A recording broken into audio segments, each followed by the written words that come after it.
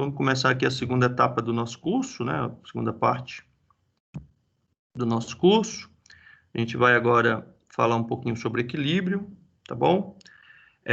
Antes de eu falar sobre equilíbrio, eu vou fazer aqui um resumo do que a gente vai ver hoje. Então, a gente vai começar a ver, tá certo? O que eu gosto, é o meu assunto predileto dessa disciplina, e eu acho que o mais relevante, tá? Que é o adensamento. Bom, adensamento.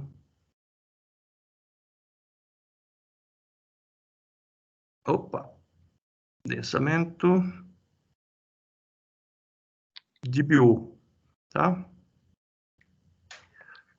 Rapidão, eu não sei francês bem, na verdade, não sei nada. Eu entendo alguma coisa quando eu estou assistindo televisão ou quando eu estou vendo alguma conversa, mas eu não consigo falar. Consigo ler alguma coisa também. Mas uma das características da língua francesa é que a gente geralmente não pronuncia a última letra, tá? Principalmente quando ela é uma consoante. Até onde eu sei, tá? Não sei se essa informação.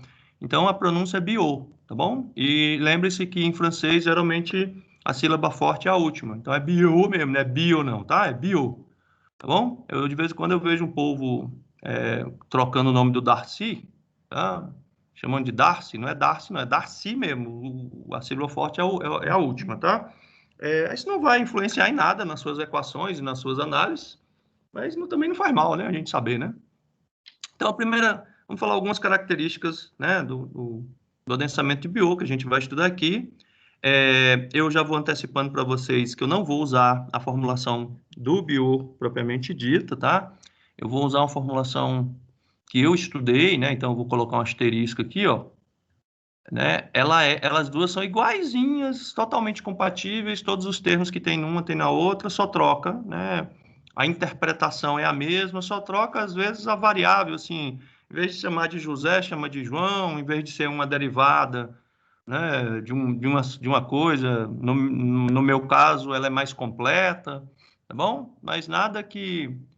E vocês já podem procurar o artigo lá na pasta, tá bom? Do bio, e começar a ler, tá certo? Não precisa esperar, não. Eu vou ser bem rigoroso na parte teórica, tá? E já vou antecipando para vocês, nessa segunda etapa do curso, a parte prática vai ser assim, a parte de cálculo vai ser bem pequena, muito provavelmente só vai ter uma questão, que vai ser sobre, talvez tenha duas, como na outra, mas vai depender do andamento do curso, tá? Mas a parte prática vai ficar basicamente dependente do problema de CRIP, tá? Toda a parte de bio vai ser, né? Toda a parte de bio, né? De adensamento tridimensional de bio, vai ser na forma de um trabalho, tá? Eu quero ver se esse final de semana ou no outro, inclusive a Isabela vai ficar me cobrando isso, eu já passo o primeiro trabalho para vocês, tá certo? Então, pessoal, basicamente, tá? O adensamento de bio, a primeira característica dele é que ele é tridimensional. Então, olha que isso aqui já elimina aí, né, algumas hipóteses do Terzak, tá certo? A segunda coisa também, tá certo? Que a teoria do bio fez, e que, obviamente, né, eu, como um representante da área, não poderia fazer diferente, é que a gente vai estudar os casos saturado primeiro, tá certo? E depois não saturado. Então, a gente não vai, né? Então, ó, a gente vai ter que entender, né, o que é que entra aqui, ó, né? Como é que o não saturado entra, né? O saturado é fácil, né? Basicamente, você considera que o volume de vazios é igual, a variação do volume de vazios é igual à variação do volume total. Quando for não saturado, o que a gente vai fazer, tá? Uma outra coisa também que a gente vai ver é que não precisa mais ser linear.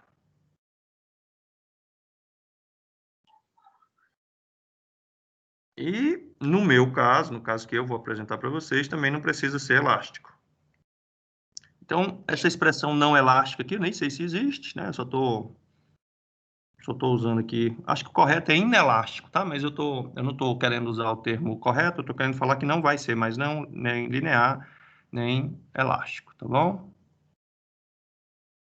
Aí, se vocês tiverem as anotações em algum lugar, depois procurem aí quais são as hipóteses que eu não estou considerando, tá? Eu vou colocar aqui um item que não é totalmente correto, tá? É que, na verdade, a gente não vai mais usar tensão efetiva, a gente vai usar tensão... Opa, peraí, ficou muito feio. A gente vai usar conceitos de tensão efetiva,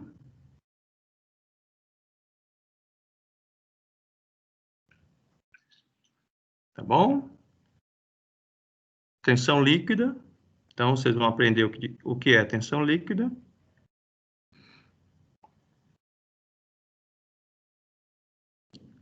E sucção, tá? Então a gente vai começar, ó, vai ter uma aula só sobre sucção, tá? Tensão líquida e tensão efetiva são exatamente para o caso, né? Caso específico de não saturado, certo? Que mais? Que mais? Que mais? Que mais? A lei de Darcy vai continuar válida, né? Então a gente vai continuar usando a lei de Darcy.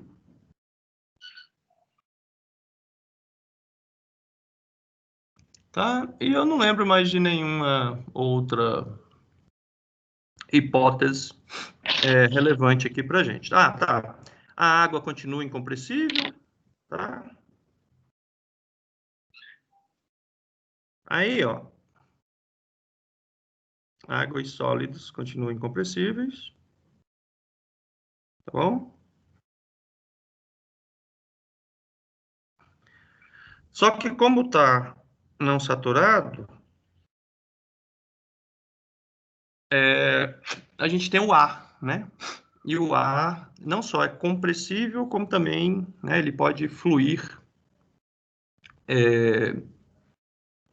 sem gerar saída de água, tá bom? Isso é uma coisa bem importante para a gente trabalhar.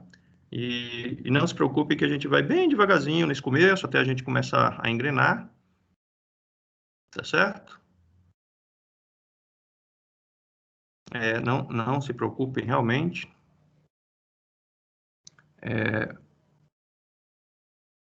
Aí, ó, uma das coisas que eu mais queria chamar a atenção de vocês, tá certo?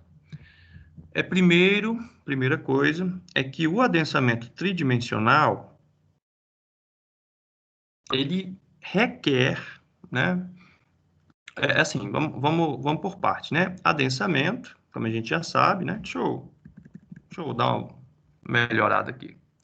O adensamento, como a gente já sabe, ele é o acoplamento. Ó, isso aqui é uma palavra que eu queria que vocês, né, começassem a usar. É o acoplamento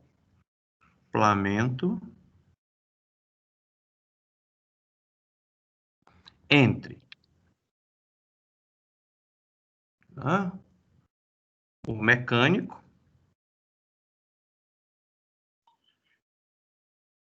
tá certo? Aí eu vou colocar aqui, ó, não é mais mola. A gente não vai ficar mais usando o termo mola. A gente vai usar esqueleto, certo?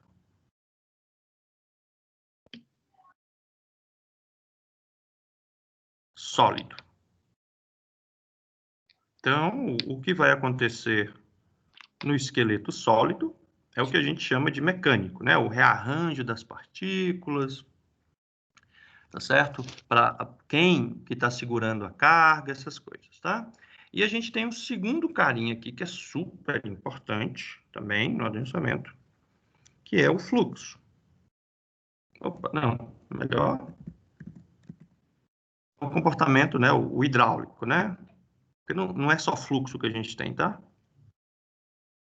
A gente tem armazenamento também. Então a gente tem aqui o hidráulico, né? Que é, né, a forma como o fluxo mais, né, o armazenamento.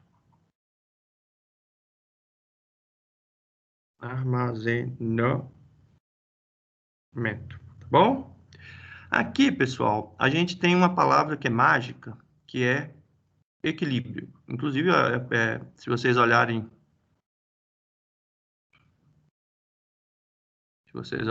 é exatamente o tema que eu pretendo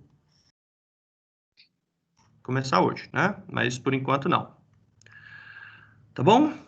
E os dois aspectos que eu queria chamar a atenção de vocês é sobre a consequência de ser 3D. Qual é a consequência de ser 3D? Certo? Qual é a consequência de ser 3D? A consequência de ser 3D é que a gente não consegue mais trabalhar só com uma equação. Então, a gente vai ter duas equações. Na verdade, a gente vai ter 21 equações, tá? São 21. Vou botar aqui duas equações, mas é mentira. Tá bom? São 21 equações que a gente vai estudar aqui. Tá certo? Só que a gente resume em duas. Tá bom? E aí, vocês já estão vendo que se eu tenho 21 equações, o treco vai complicar, né? Não vai ficar tão fácil. Mas assim, a gente vai resumir em duas. Quais são essas duas equações, tá? Essas duas equações são a equação de equilíbrio, que eu acabei de mostrar para vocês os slides, né? E que vocês estão vendo aí com o Márcio, né? E a equação de fluxo, que a gente já viu. Só que eu vou rever novamente com vocês, né? Só que como a gente já viu, tá fácil. A outra coisa que a gente vai também trabalhar, e que são os meus objetivos, né? Os meus objetivos são esses dois aqui que eu estou falando para vocês, tá? O que significa ser não SAT, né? O SAT é fácil. O que significa ser não SAT? Né? O que implica ter um adensamento não saturado, né? O que significa ter um adensamento não saturado, meus queridos? É que a variação do volume total vai ser igual à variação do volume de água mais a variação do volume de ar. Tem um W, né, que eu esqueci. Então, ó, aqui a gente já introduz um treco, né, que a gente vai ter que... A gente adicionou já uma variável, né? Então, no saturado, isso é igual a isso. Agora não, tá bom? Então, é por aí que a gente vai. Vamos tentar entender rapidinho o que é o tal do acoplado, antes de eu ir lá para os slides, tá bom? Antes da gente ir aqui para os slides. Ops. Tá? O que significa a palavra acoplado? Isso é bem simples, tá? Imagina que você tem uma primeira equação aqui, eu vou escrever a primeira equação de vermelho, tá certo? Eu vou escrever uma equação nada a ver, tá? Não tem nada a ver com o nosso problema, tá bom? Só ilustrativa, tá? Então, imagina o seguinte, imagina que, né, eu tenho que A vezes derivada de y em relação a x, mais derivada de y em relação a t, mais derivada de p em relação a t é igual a zero. Então, essa aqui é a nossa primeira equação, tá bom? Nossa segunda equação, que eu vou colocar aqui de verde, seria uma equação assim, b, né, derivada de p em relação a x, mais c, derivada de y em relação a t, mais derivada de p em relação a t, igual a zero. Igual sei lá, vou botar alguma coisa aqui, igual a x. Não, x não, fica ruim. Igual a 10. Pronto.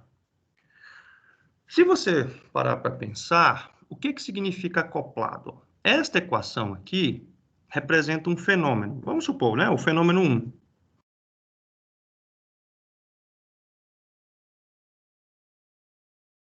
Por exemplo, no nosso caso, equilíbrio,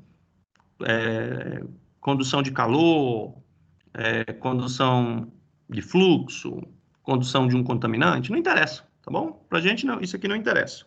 Mas é o fenômeno 1. Então, o fenômeno 1, ele é descrito por esta equação, que eu não tenho a menor ideia de que serve ela, tá, pessoal? Ela é basicamente ilustrativa, tá bom?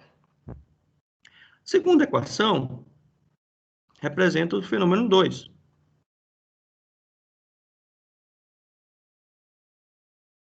Esses dois fenômenos andam juntos, como a gente tinha visto aqui, ó. Tá aqui meu fenômeno 1, meu fenômeno 2. Então, eles andam juntos. Então, eu não consigo resolver essa equação sozinho, porque ela tem duas incógnitas, duas variáveis. Eu não consigo resolver essa equação sozinha, né? Porque ela tem duas variáveis. Agora, se eu tiver duas equações e duas variáveis, eu consigo resolver. E aí, o que significa isso? Significa que eu tenho variáveis, né? Vamos supor, do fluxo interferindo no equilíbrio. Qual é a variável do fluxo que interfere no equilíbrio? Né? A poropressão. Geralmente a gente associa a poropressão, né, com o fluxo. E eu tenho variáveis do equilíbrio. Quem é a variável do equilíbrio? Deslocamento, por exemplo, né, interferindo no fluxo. Então, isso aí é que a gente chama de acoplado. É quando a gente tem variáveis do fenômeno 2 no fenômeno 1, variáveis do fenômeno 1 no fenômeno 2, e a solução dessas equações precisa ser feita de maneira conjunta, né? De forma que, aí vamos voltar para cá, de forma que o equilíbrio mecânico interfira no fluxo hidráulico e de forma que o fluxo hidráulico interfira no equilíbrio mecânico. Então, isso aqui é a primeira coisa que a gente vai aprender, né? É que a partir de agora, os nossos fenômenos são acoplados, tá? O fenômeno de equilíbrio interfere no fluxo, o fenômeno de fluxo interfere no equilíbrio. Uma outra coisa que eu queria chamar a atenção de vocês é que no adensamento de Terzagh, a hipótese de ser unidimensional faz com que eu pare de me preocupar com a equação de equilíbrio. Não sei se vocês perceberam, a gente não estudou a equação de equilíbrio, a gente jogou ela fora. Eu nem deduzi ela aqui, a gente só deduziu a equação de fluxo, e aí, a partir das outras simplificações do Terzagh, tá certo? A gente transformou ela na equação de adensamento. Agora não, agora a gente vai fazer tudo direitinho, tá bom? Tudo bem, digamos assim, completo. Olá, alguém está falando e eu não estou ouvindo. Oi, tá dando para ouvir agora? Bom dia. Bom dia. É Camila. Eu fiquei na dúvida, porque para mim, adensamento de Terzagh, o sistema também tem que estar em equilíbrio. Não, não, não, não. Calma. É que a gente só chama equação de equilíbrio. Na verdade, o nome completo dela é equação de equilíbrio estático ou dinâmica, só o nome dela. Tá todo mundo em equilíbrio, sempre, engenharia civil, mecânica, a gente sempre deixa as coisas em equilíbrio, a gente nunca deixa fora do equilíbrio, não, porque a gente não quer nada andando, tá bom? A gente não quer nada. Ela estava em equilíbrio, sim. É só o nome Mas dela que se chama. tem um acoplamento também no Terzagh, porque tem uma deformação e tem uma saída de água para deixar o sistema em equilíbrio, certo? Mas a gente não usou somatório de forças em lugar nenhum. Procurei nas suas Não, notas. mas Então, não. o equilíbrio ele é feito por somatório de forças e somatório de momento igual a zero. tá bom? Os dois aqui são iguais a zero, né? Só botei em um, mas a gente não fez isso aqui em lugar nenhum. Pode procurar. Mas Certo. lá estava em equilíbrio. E eu vou explicar para você o porquê que a simples condição de, né, o problema ser unidimensional faz com que isso aqui não seja necessário, tá bom? Então é isso, uma das coisas que a gente vai ver é exatamente isso, ó. O adensamento de Terzagh é nada mais do que o adensamento do Biot, né, quando a gente faz a condição de 1D. O equilíbrio deixa de ser, entre aspas, considerado no cálculo, tá bom? Entendeu, minha querida? Entendi, obrigada. O teu microfone está muito ruim.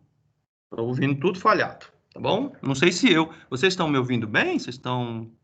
Alguém além da Camila me responde aí, tá tudo bem? Tá tudo Professor, aqui certo. tá tudo bem. Tá Tá tudo tudo bem, bem aqui, professor. professor. Então tá bom. Só o da Então, Camila ó, que tava ruim mesmo. né? Então depois a Camila... Acho que a internet... Nossas internets estão todas passando por problema, né? As operadoras não estão muito felizes. Eu sei, tá bom? Então, vamos aqui estudar o nosso problema de a equação de equilíbrio, tá? Vocês estão vendo que isso aqui é uma coisa que eu fiz já faz algum tempo, né? Nas próprias aulas ai, meu Deus, de Canclay, a gente tinha alguma coisa disso, só que lá eu não estava querendo entrar nesse assunto. Então, agora a gente vai entrar, tá bom? Então, uma das perguntas que a gente precisa responder é o seguinte: como é que o solo se deforma, né? Como é que o solo se deforma, tá bom? O solo se deforma basicamente pelo fechamento de vazios, tá? Isso aqui não mudou, tá bom? Então, se a gente imaginar aqui que a gente tem algumas partículas, tá bom? Então, nós temos aqui algumas partículas, essas partículas estão em contato uma com a outra, né? Ou umas com as outras. Então, ó, o que a gente pode fazer aqui é fazer com que esse espaço, né? Então, aqui é um sólido, aqui é um sólido, aqui é um sólido, aqui é um sólido, e isso aqui, né, que eu vou tentar mudar a cor aqui do meu pincel, isso aqui é vazio, né? Ops. Então, isso aqui é vazio. O que a gente pode fazer é tentar alterar, né, este espaço aqui vazio.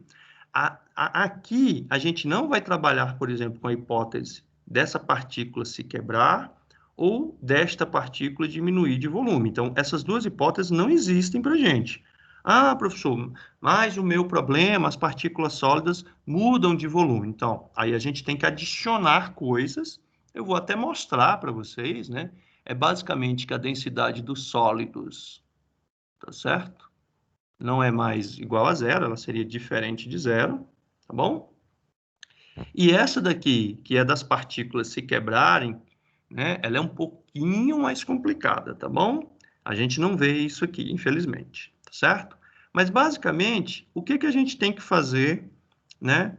Para produzir mudança, né, de volume e de forma no sólido, tá certo? É basicamente fechar esses vazios ou produzir o rearranjo dessas partículas. Por exemplo, essa partícula vem para cá, essa partícula vem para cá, essa partícula vem para cá, e aí, consequentemente, a gente tem, né, um rearranjo das partículas.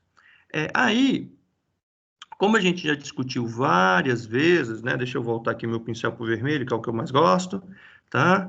O solo, ele é formado basicamente por partículas sólidas, né? E por fluidos, tá? Estes fluidos aqui, até hoje, a gente estava trabalhando só com um fluido, né? Que era a água, tá certo? A partir de agora, a gente vai trabalhar, não agora, não hoje, mas no adensamento bio, vocês vão ver que a gente vai trabalhar com dois fluidos, tá? Que vai ser a água e o ar, tá bom? Pra gente O que interessa é que água e ar estão nos vazios e que as partículas sólidas são incompressíveis. Isso aqui é o foco da gente, tá bom? Professor, eu posso ter mais de 2 fluidos? Pode sim, né? Um caso muito comum, tá bom? É quando você tem água, ar e óleo, né? Aí por que esses três aqui, né? Porque estes não se misturam, este se misturam, mas não são muito felizes, e esse se misturam, mas não são muito felizes, tá bom? Então, não faz sentido, por exemplo, quando a gente está trabalhando, imagina que você está aqui, o pessoal de ambiental é melhor do que os civis nisso, mas imagina que você tem aqui água, tá? E você quer misturar com uma solução de água.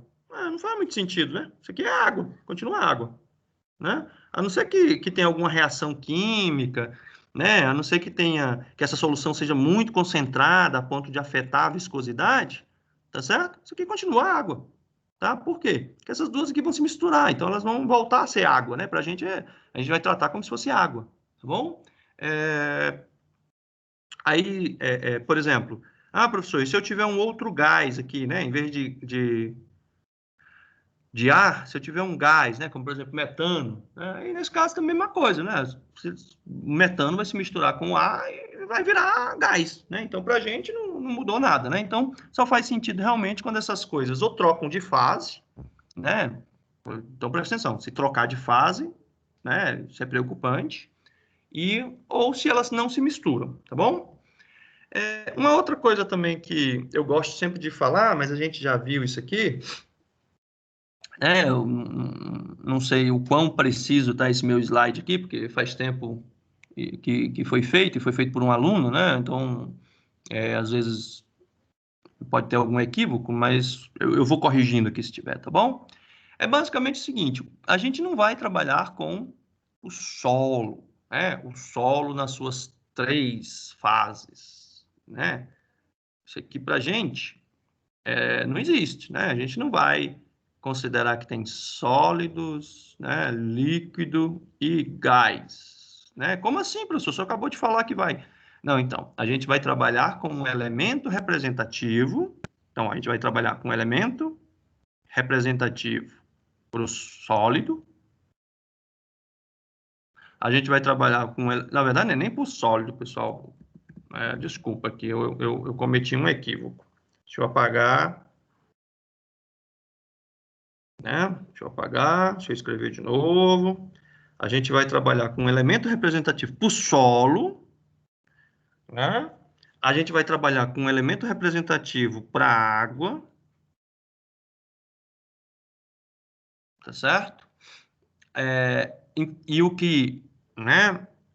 O solo menos a água dá sólidos. E se a gente conseguir, a gente vai trabalhar com um elemento representativo para o ar. Então, olha que interessante. O solo é a soma dos 3. O sólido é o que não for água nem ar, tá bom? Isso aqui é uma coisa um pouco confusa, mas à medida que a gente for desenvolvendo as equações, vocês vão vendo que isso aqui faz mais sentido, tá? Então, não se preocupem. Então, o que é um elemento representativo, né? Um elemento representativo basicamente representa o comportamento médio, né? De um ponto, né? Eu adoro aquela minha definição, né? É grande o suficiente para ser solo. Então, por exemplo, isso aqui é solo, né? Por que isso aqui é solo? Tem várias partículas, né? Tem água e tem ar, né? E ele é pequeno o suficiente para ser considerado um ponto, né? Então, a gente diz que ele é, né, dx dy, tá bom?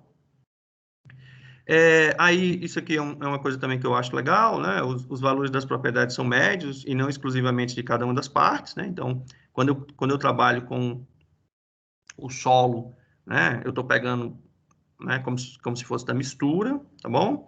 E aí tem um exemplo aqui, né? Que é exatamente o exemplo, que é o exemplo da densidade, né? A densidade, quando eu estou calculando a densidade, eu não estou calculando a densidade de fases, eu estou calculando a densidade da mistura, né, que corresponde ao meu solo. Vocês já pararam para pensar que o solo é uma mistura? Né? Vou botar aqui, ó, o solo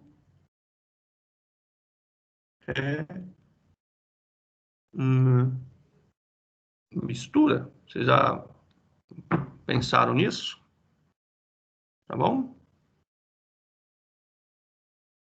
É uma mistura de três fases, tá certo?